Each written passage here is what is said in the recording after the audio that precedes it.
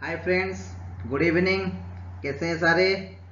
तो मैं अजय कुमार ब्रह्मा आप सभी को प्रयास हायर सेकेंडरी स्कूल की तरफ से कॉन्सेप्ट प्लस ऑनलाइन क्लास का 4th क्लास ऑनलाइन क्लास को आपको स्वागत करता हूं। तो आज का हॉट टॉपिक है जो कि हम लास्ट क्लास में ऑलरेडी शुरू कर चुके हैं। So that is unit. तो आज पढ़ेंगे कैसा है कि यूनिट से दूसरा यूनिट को कन्वर्शन करेंगे। तो पहला हमारा फिजिकल क्वांटिटी आज का है टेम्परेचर। आप सब लोग जानते हैं कि कोई भी बॉडी के पास अगर हीट एनर्जी होगा तो बेसिकली वो declare as a hot object, और रिलेटिवली अगर लोअर अमाउंट का हीट एनर्जी रहेगा तो तब वो डिक्लेयर होगा as your cold object. Then question comes, if a body is hot then up to what extent it is hot, if a body is cold then up to what extent the body is cold. So we want to measure the extent of hotness or we want to measure the extent of coldness. To measure the degree of hotness or degree of coldness we want to measure a physical quantity. That physical quantity is known as temperature. तो कोई भी physical quantity that is temperature जो कि क्या करता है ना, body का हॉटनेस या कोल्डनेस को मेजर करता है। अगर एक बॉडी हॉट कंडीशन में है तो उस up to what extent it is hot, अगर एक बॉडी कोल्ड कंडीशन में है up to what extent the body is cold, तो that thing we have to measure by taking a physical quantity known as your temperature. So temperature basically किस में major होता है? एक इंस्ट्रूमेंट से जिसको हम क्या बोलते हैं ना, थर्मोमीटर बोलते हैं। तो वो टेम्परेचर को हम कौन सा यूनिट में जनरली एक्सप्रेस करते हैं? सेल्सियस में एक्सप्रेस करते हैं, फ़ारेनहाइट में एक्सप्रेस करते हैं और केल्विन में भी एक्सप्रेस करते हैं। अब क्वेश्चन है कहाँ कहाँ पे ऐसा हो रहा है? तो हम जब डॉक्टर के पास जाते हैं, डॉक्टर डिक्लेयर करता है you have a fever of 100, you have a fever of 101, you have a fever of 102। What that 101 102 that is your Fahrenheit. और आप लोग सुने होंगे न्यूज में कि भुवनेश्वर का टेम्परेचर हो गया 41 डिग्री सेल्सियस, संबलपुर का टेम्परेचर हो गया 45 degree Celsius, Titlagarh crosses the temperature about 48 degree. So what that 48 degree sense? That 48 degree means it is Celsius. So different sense में डिफरेंट यूनिट को एक्सप्रेस करते हैं। तो चलो चलते हैं कि ये सारे यूनिट को हम कैसा इंटरचेंज करेंगे। क्लियर हुआ? तो पहला वाला आज का रिलेशन है to see the relation between degree Celsius and Fahrenheit. तो आप देख रहे होंगे what is the relation between degree Celsius and Fahrenheit? C divided by 100 is equal to F minus 32 by 180। So C क्या होता है? टेम्परेचर सेल्सियस स्केल में। F क्या होता है? टेम्परेचर इन फ़ारेनहाइट स्केल में। तो वो दोनों का बीच में रिलेशन क्या है? C divided by 100 that is temperature in Celsius scale divided by 100 is equal to F minus 32 by 180. F means temperature in Fahrenheit scale. Now coming to the part, what is the relation between Kelvin scale and Celsius scale? The relation is straightforward. Kelvin temperature K is equal to Celsius temperature C plus 273. तो ये दोनों को formula लगा के हम सारे conversion temperature का कर सकते हैं। तो चलो चलते हैं पहला एग्जाम्पल देखने के लिए। तो पहला एग्जाम्पल क्या है? To express 50 degree Celsius into degree Fahrenheit. तो मेरे को बोलो यहाँ पे यहाँ से कहाँ जाना है? मेरे को C से F जाना है। तो मैं कौन सा रिलेशन यूज करूंगा? C divided by 100 is equal to F minus 32 by 180। तो C का टेम्परेचर जो कि C में दिया गया है कितना? 50। तो 50 डिवाइडेड बाई 100 तुम्हारे कितना हो गया? 1 डिवाइडेड बाई 2। तो 180 को अगर हम लेफ्ट साइड ले जाएंगे तो ये बन जाएगा कितना तुम्हारा? 180 डिवाइडेड बाई 2। तो 180 divided by 2 means it is 90, minus 32 इधर चला गया तो बन जाएगा तुम्हारा प्लस 32। तो F में तुम्हारा टेम्परेचर क्या हो जाएगा? 90 plus 32 that is 122 degree Fahrenheit. That means जो टेम्परेचर को सेल्सियस मेजर करेगा 50, उसी टेम्परेचर को फ़ारेनहाइट मेजर करेगा 122 डिग्री फ़ारेनहाइट। दैट मीन्स एक सिटी का अगर टेम्परेचर 50 डिग्री सेल्सियस है so that is in Fahrenheit scale कितना होगा? 122 डिग्री फ़ारेनहाइट होगा। आया समझ में बच्चे लोग? चलो चलते हैं और कुछ एग्जाम्पल को जाएंगे। तो दूसरा एग्जाम्पल को जाएंगे। तो दूसरा एग्जाम्पल में क्या बोला है? To express 10 degree Celsius into Fahrenheit. तो जाएंगे again C divided by 100 is equal to F minus 32 by 180। तो टेम्परेचर इन C स्केल दिया है तुम्हारा कितना? 10। तो C के जगह में कितना डाल दिए? 10। 10 का 10 को 100 का 10 कैंसिल हो गया। तो यहाँ पे बच्चा कितना? 1 डिवाइडेड बाई 10। देन 180 को ले जाओ उधर तो ये बन जाएगा तुम्हारा कितना? 180 by 10 is equal to F minus 32। Now cancel 0 with 0। तो बच्चा यहाँ पे 18 is equal to f minus 32, so f is equal to कितना हो गया 18 प्लस 32, तो 18 प्लस 32 कितना बन गया बच्चे लोग 50 डिग्री फ़ारेनहाइट। दैट मीन्स जो टेम्परेचर सेल्सियस स्केल में 10 है वही टेम्परेचर फ़ारेनहाइट स्केल में कितना रीड करेगा 50 डिग्री फ़ारेनहाइट रीड करेगा। क्लियर हुआ? अब next express 132 degree Fahrenheit into Celsius. That means एक टेम्परेचर अगर फ़ारेनहाइट में 132 है तो वो सेल्सियस में कितना होगा। तो एज यूजुअल हम डाल दिए c divided by 100 is equal to f minus 32 by 180। f के जगह में डाल दिए 132, तो 132 माइनस 32 कितना बन गया 100, 100 डिवाइडेड बाई 180। नाउ जीरो को जीरो क्या कर लिए कैंसिल कर लिए। अब बच्चा यहाँ पे कितना 10 divided by 18 is equal to c divided by 100। Now take this 100 to this side, तो यहाँ पे क्या बन जाएगा बच्चे लोग 10 प्लस 10 इंटू 100, ये हो गया तुम्हारा 1000, 1000 डिवाइडेड बाई ये हो गया 18, तो यहाँ पे बचेगा कितना तुम्हारा 55.5 degree Celsius. That means the temperature in Fahrenheit scale अगर 132 है तो वही टेम्परेचर डिग्री सेल्सियस में कितना बन जाएगा 55.5 डिग्री सेल्सियस। आया समझ में? नेक्स्ट आएंगे सेल्सियस से केल्विन को। तो सेल्सियस में कितना दिया है 37 दिया है, मीन c का वैल्यू कितना हो गया 37। सो what is the expression that establish a relation between Kelvin and Celsius? K is equal to C plus 273। तो इन C कितना दे दिए 37 प्लस 273, तो 37 प्लस 273 कितना आ गया तुम्हारा 310 Kelvin. That means the temperature in Celsius scale is 37, then the same temperature in Kelvin scale will be 310 degree Kelvin. आया समझ में? Then express 377 Kelvin in degree Celsius. That means K का value दे दिया है, C पूछा है, तो C इज इक्वल टू कितना हो जाएगा K माइनस 273। तो K में वैल्यू कितना हो गया 377 माइनस 273, तो आया आंसर कितना 104 डिग्री सेल्सियस। दैट मीन्स जो टेम्परेचर केल्विन में आएगा 377, वो सेल्सियस में कितना आएगा 104 डिग्री सेल्सियस आएगा। अब बात आ रहा है कि अगर टेम्परेचर फ़ारेनहाइट में देगा तो हम केल्विन को कैसे जाएंगे। सिंपल सा बात है, फ़ारेनहाइट को किस में कन्वर्ट कर दो सेल्सियस में कन्वर्ट कर दो, देन सेल्सियस को कहाँ पे कन्वर्ट करना है केल्विन में कन्वर्ट करना है। तो अब हमारा फाइनली कंक्लूजन क्या मिला कि तीन टेम्परेचर बेसिकली एक्सप्रेस में होता है, तो बेसिकली होता है फ़ारेनहाइट, सेल्सियस एंड तुम्हारा है kelvin.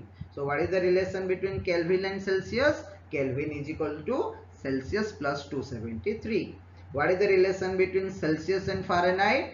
C divided by 100 is equal to F minus 32 by 180।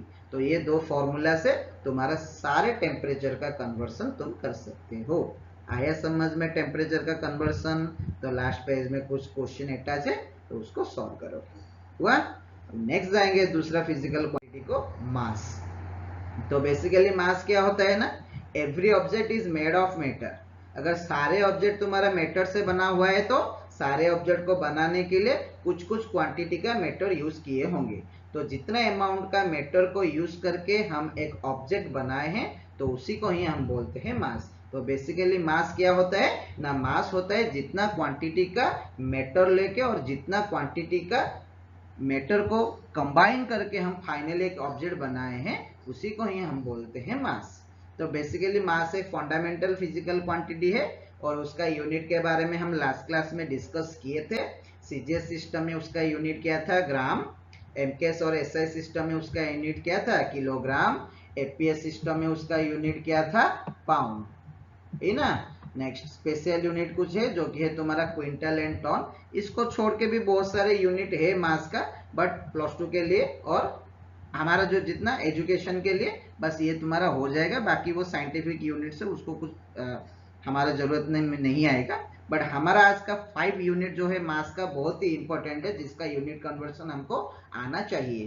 क्या क्या है, ग्राम, दूसरा है किलोग्राम, नेक्स्ट है तुम्हारा pound, next is your quintal, then is your ton.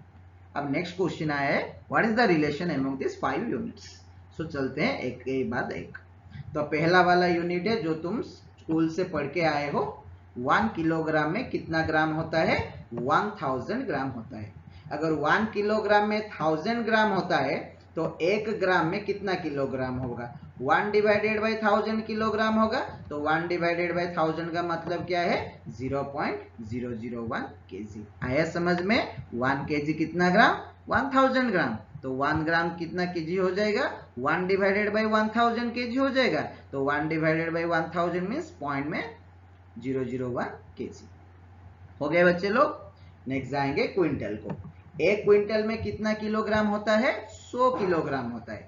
अगर एक क्विंटल में 100 किलोग्राम है तो एक किलोग्राम में कितना क्विंटल होगा, 1 डिवाइडेड बाई 100 क्विंटल होगा, जिसको हम क्या लिखेंगे, 0.01 क्विंटल। आया समझ में। तो एक क्विंटल बोलने से कितना KG, 100 KG, 100 KG. Then 1 KG कितना हो जाएगा, 1 divided by 100 quintal, that means 0.01 quintal हुआ। नेक्स्ट 1 टन में कितना केजी होता है, 1000 केजी होता है। तो 1000 केजी को लेकर अगर 1 टन है तो 1 केजी में कितना टन होगा, 1 बाई 1000 टन होगा, दैट इज 0.001 टन हुआ। दैट मीन्स 1 टन में 1000 केजी, 1 केजी में 1 बाई 1000 टन हो गया। तो ये हो तुम्हारा बेसिक क्वांटिटी जो कि तुमको याद रहना चाहिए। तो क्या है, 1 किलोग्राम में 1000 ग्राम, तो 1 ग्राम में 1 बाई 1000 किलोग्राम। सिमिलरली 1 क्विंटल में कितना केजी, 100 केजी, तो 1 केजी में कितना quintal, 1 divided by 100 quintal. Similarly 1 ton में कितना केजी, 1000 केजी, देन 1 केजी में कितना टन, 1 डिवाइडेड बाई 1000 टन। अब जाएंगे टन और क्विंटल के बीच का रिलेशन। अच्छा मेरे को बोलो तो 1 टन में कितना केजी होता है, 1000 केजी। तो 1000 को अगर हम तोड़ेंगे तो इस तरह तोड़ सकते हैं, 10 इंटू 100 केजी। देन 100 केजी के जगह में हम क्या लिखे, 1 क्विंटल लिखे।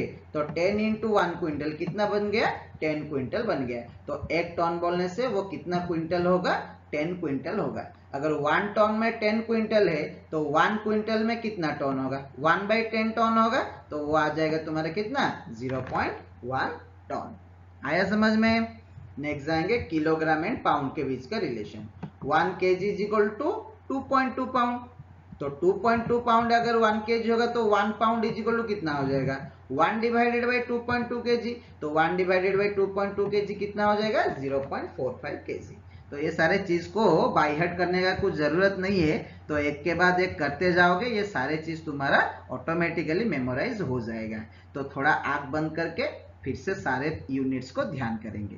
तो मेरे को बोलो 1 किलोग्राम में कितना ग्राम है, 1000 ग्राम है। तो 1 ग्राम में कितना किलोग्राम है, 1 बाई 1000 किलोग्राम है। 1 क्विंटल में कितना किलोग्राम है, 100 किलोग्राम है। तो 1 kilogram is equal to dash quintal, 1 divided by 100 quintal. 1 ton is equal to dash KG, 1000 KG. Then 1 KG is equal to how much ton, 1 by 1000 ton. 1 ton is equal to dash quintal, 10 quintal. Then 1 quintal is equal to dash ton, 1 by 10 ton. 1 kg में कितना pound होता है, 2.2 pound होता है। Then 1 pound में कितना kilogram होगा, 0.45 kilogram होगा। बस इतना सा चीज है, कुछ बाई हार्ट करने का जरूरत नहीं है। ये सारे चीज को देख के टेंशन लेने नहीं, बस एक बाद एक करते जाओ, वो सारे चीज तुम्हारा मेमोराइज होता जाएगा। क्लियर हो गया। चलेंगे आगे। एक चीज मैं पहले से तुमको क्लियर कर दे रहा हूं, physics is a subject of numericals.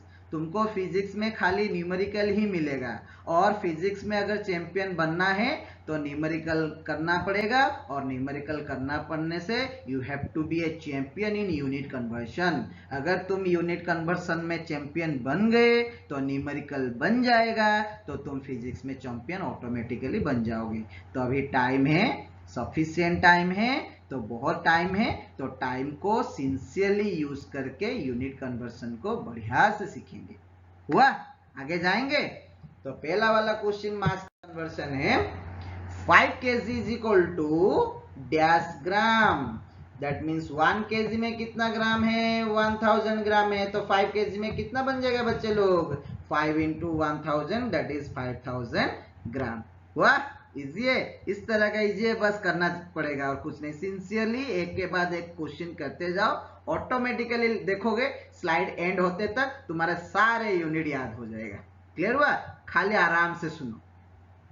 2 kg is equal to dash gram है। तो मेरे को बोलो 1 kg में कितना ग्राम है, 1000 ग्राम है। तो 2 kg में कितना होगा, 2 इंटू 1000। तो तुम्हारा आंसर कितना बन गया, 2000 ग्राम। अब नेक्स्ट आएंगे 6000 gram is equal to dash KG. अब मेरे को बोलो 1 ग्राम में कितना केजी है, 1/1000 केजी है, तो 6000 ग्राम में कितना होगा, 6000 इंटू 1/1000 होगा। तो 30 को 30 क्या हो गया, कैंसिल हो गया, तो बचा कितना तुम्हारा बच्चे लोग, 6 केजी बचा। तो 6000 ग्राम इज इक्वल टू कितना केजी आया, 6 केजी आया। आया समझ में। अब next 450 gram is equal to dash KG. तो मेरे को बोलो 1 केजी इज इक्वल टू कितना gram, 1000 gram. Then 1 gram is equal to 1/1000 KG. Then 450 gram is equal to कितना बन जाएगा, 450 इंटू 1/1000। 10 को 10 कैंसिल हो गया, तो यहाँ पे बच्चा कितना 45 डिवाइडेड बाई 100। तो 20 है, तो डेसिमल 2 के बाद डाल देंगे, तो आंसर तुम्हारा कितना बन जाएगा, 0.45 केजी हुआ। Next 4 KG is equal to dash pound. तो मेरे को बोलो 1 केजी में कितना पाउंड होता है, 2.2 पाउंड होता है। तो 4 केजी में कितना हो जाएगा, 4 इंटू 2.2।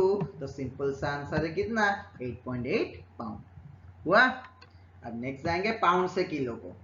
तो जैसा कि हम पढ़े थे 1 केजी में कितना पाउंड, 2.2 पाउंड। तो 1 पाउंड में कितना केजी, 0.45 केजी। तो 100 पाउंड में कितना केजी हो जाएगा, 100 इंटू 0.45। तो 0.45 को क्या लिखे, 45/100। 100 क्या हो गया, कैंसिल हो गया। तो 100 पाउंड का मतलब कितना केजी है, 45 केजी। आया समझ में। जाएंगे आगे। Next question number 7।